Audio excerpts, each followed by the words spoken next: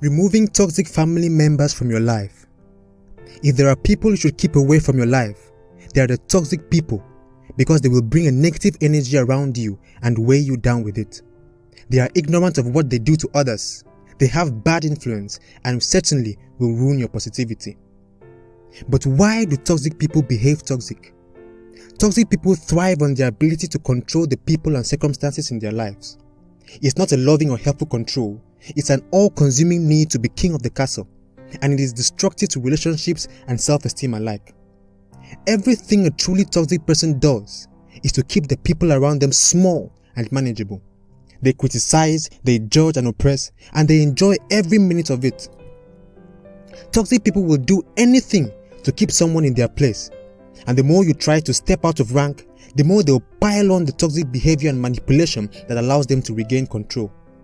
They'll do anything to put you back in the box they believe you belong in, and unless you know how to understand and react, they'll get you back in there too. This behavior is often learned in childhood, when their baseline is formed through experiences that teach or fail to teach them the empathy that is so based to our positive development as human beings. As they grow, they miss out on all the great aspects of respect, compassion and kindness. Their hearts harden and their attitudes grow icy, and they become unable to look past their own needs and wants. Individuals who are toxic are most often broken people who look for the kind, open people with the beautiful and transformative hearts they wish that they had. Even the strongest person in the world can find themselves trapped in a poisonous relationship with no energy to live, all because they were targeted for their openness and understanding. We stay in toxic relationships with our friends, with our family, because we think we can change them. The honest truth though is that no one can change unless they want to. All we can do is learn to manage our reactions and our proximity to those who would tear the world down given the chance. Proverbs 16:28 says, "A dishonest man spreads strife, and a whisperer separates close friends." But how do you deal with toxic people when the toxic people are family? At the start, our lives once depended on the family unit and the protections it offered. But we know now that love has a strange way of keeping us tied to situations that are less than ideal for our physical and mental health. The fierce bonds of love can keep us tied to the people who injure us the most, and this is especially true when it comes to family. We grow up in a fold, believing we must love and protect the people who form our origin story no matter what. While the things we believed in childhood are powerful, they don't necessarily hold true as we move on to the second, third and fourth stages of our lives. We love our families, we trust them, we listen to them, we keep their secrets and hold them in our hearts even when it kills us a little each and every day. We accept the baggage our family throws at us with wide-eyed innocence because we still believe in the childhood lies that blood family trumps everything. As children that might be true, but things change. At some point we grow up, meaning we can also outgrow the people that we once needed. Beliefs change and attitudes realigned, and before you know it, you have nothing in common with the people that helped make you what you are. The pressure to stay loyal to family is immense, but love and loyalty are not the same thing. We mistake loyalty for submission, and that keeps us stuck in the relationships that no longer serve us. In order to become adults, capable of controlling our own destinies, we have to stop answering to the people who wound us, even when those people are part of our family. 1. Cultivating acceptance. There are a lot of ways to deal with the poisonous or vicious people in our lives, be they friends, co-workers, or family members. Each method begins with the stem step though, acceptance. While people can change, they often don't. We might think that we can change or weather a person or circumstance, but we can't, and it's not healthy to do so. Toxic people rarely change, and toxic relationships never do. Broken people are broken, and no one can fix them but themselves. The sooner we come to accept this, the sooner we can move on to cutting these people out of our lives. 2. Know when to cut and run.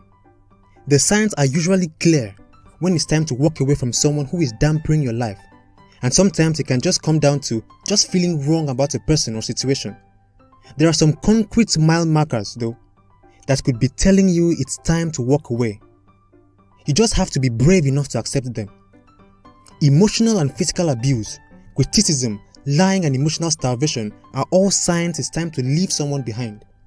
If you spend your nights lying in loneliness or quiet heartbreak, it's a sign that things have run their course and come to a natural end. Life is not meant to be lived in misery, it's meant to be lived in celebration. As humans, we each have our own individual needs, and we have a right to have those needs met. When we don't thrive, we stifle the nature that makes us who we are and guides us on this path that we call life. Living can be hard, but life is lived through connections, not commiseration.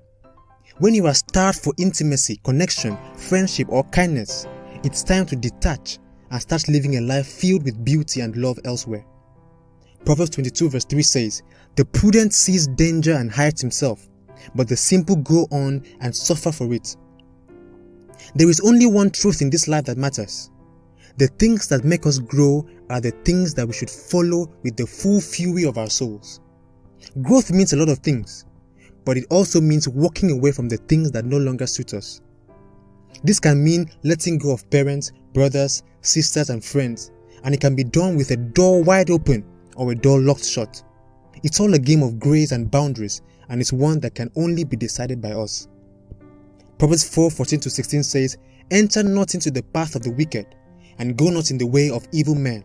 Avoid it, pass not by it, turn from it, and pass away. For they sleep not, except they have done mischief, and their sleep is taken away, unless they have caused someone to fall." It is only ourselves who determine the conditions that we will or will not tolerate. If someone treats us poorly, it's because we have allowed them to. Pursue the things that make you feel like a better person, and you'll unlock the power of loving yourself. Sometimes choosing health and wholeness means cutting out the people who are cancerous to our growth. The world is full of those people who would genuinely love, but it's also full of those who don't even know how to love themselves, let alone love anyone else. Knowing how to spot these people and remove them from our lives, no matter who they are, is one of the most difficult skills we can ever master, but it's imperative to our survival and happiness. Philippians 4 verse 8 says, "Finally, brethren, whatsoever things are true, whatsoever things are honest, whatsoever things are just, whatsoever things are pure, whatsoever things are holy, whatsoever things are of good report, if there be any virtue, and if there be any praise, think on these things."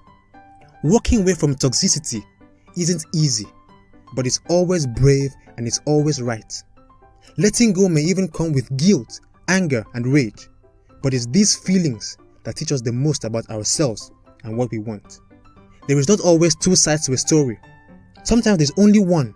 Know your story and make yourself the hero of it by accepting nothing less than the treatment you deserve in this life. No relationship is worth destroying and diminishing the light that shines within us.